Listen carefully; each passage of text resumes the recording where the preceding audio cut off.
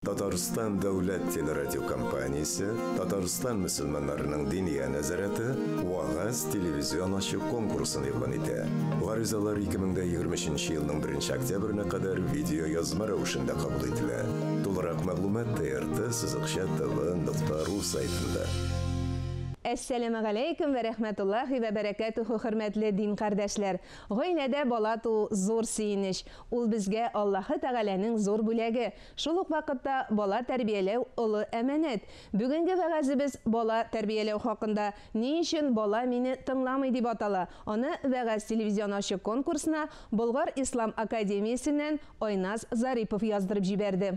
Ни өчен бала әти-әнисен тыңламый? Иң беренчедән әти-әнисе үзеннән сорарга тиеш. Менә мин үземнең балама дөрес тәрбия бирдемме? Менә мин үземнең баламны халал ризык белән ашаттыммы дип, әти-әнисе үз-үзенә җавап бирергә тиеш. Чөнки хәзерге вакытта балалар безне, әти-әниләрен безне тыңламый. Ни өчен? Иң беренчедән. Чөнки без аларга дөрес тәрбия бирмибез. Һәм икенчедән, без аларга халал ризык бирмибез. Ягъни халал ризык белән балаларыбызны ашатмыйбыз. Халал ризык белән тәэмин итмибез. Шуның аркылы безнең балаларыбыз безне тыңламый һәм ислам динен дә өйрәнергә теләми, кызганычка каршы. Бу бик зур проблема, актуаль проблема хәзерге вакытта. Һәм безгә, олы яшьтәге кешеләргә, әти-әниләргә нәрсә эшләргә кирәк соң?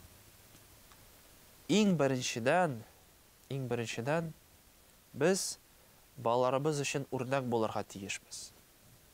Без әти-әниләр буларак балаларыбызга дөрес үрнәк күрсәтергә тиешбез. Менә без нәрсә баладан телибез? Иң беренчедән без шушы әйберне үзебез эшләргә тиеш. Без балага әйтәбез икән: "Әйдә улым, кызым, намаз укы әле."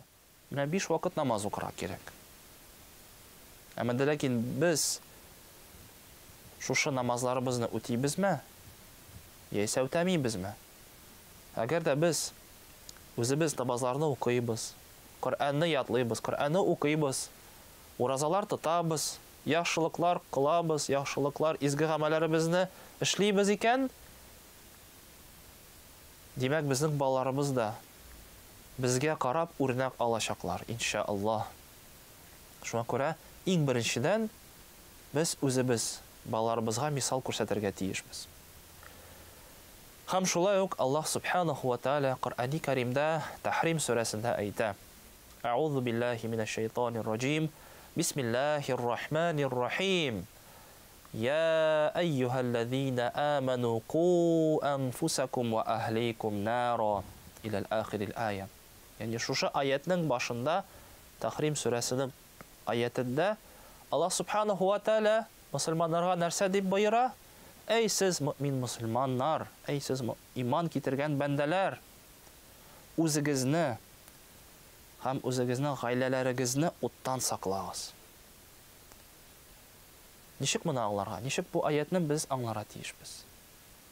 Галимнәр әйтүенчә, без үзебезгә һәм балаларыбызга дөрес тәрбия бирергә тиешбез. Ислам дине буенча, менә ислам дине ничек безгә боерды? Без шушы ислам шариат буенча балаларыбызны тәрбияләргә тиешбез. 7 яшьтән балаларыбыз намаз укырга тиеш. Дөрес әдәп, дөрес әхлак өйрәтеп, үрнәк күрсәтеп, Пәйгамбәрбез саллаллаһу алейхи ва саллям сыйфатлары турында үзебезнең балаларыбызга, хатыннарыбызга һәр вакытта без сөйләргә тиешбез. Һәм без ирләр буларак балаларыбызга да, хатыннарыбызга да шушы әйберләребезне аңлатырга тиешбез. Чөнки ул безнең вазифа.